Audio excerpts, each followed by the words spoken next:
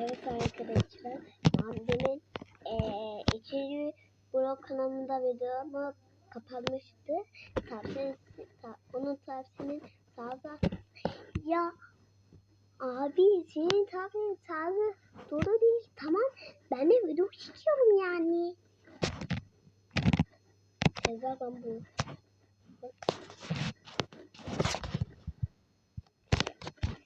Şuna bakın. Bu beni burası güzel. Çık çık tahalle.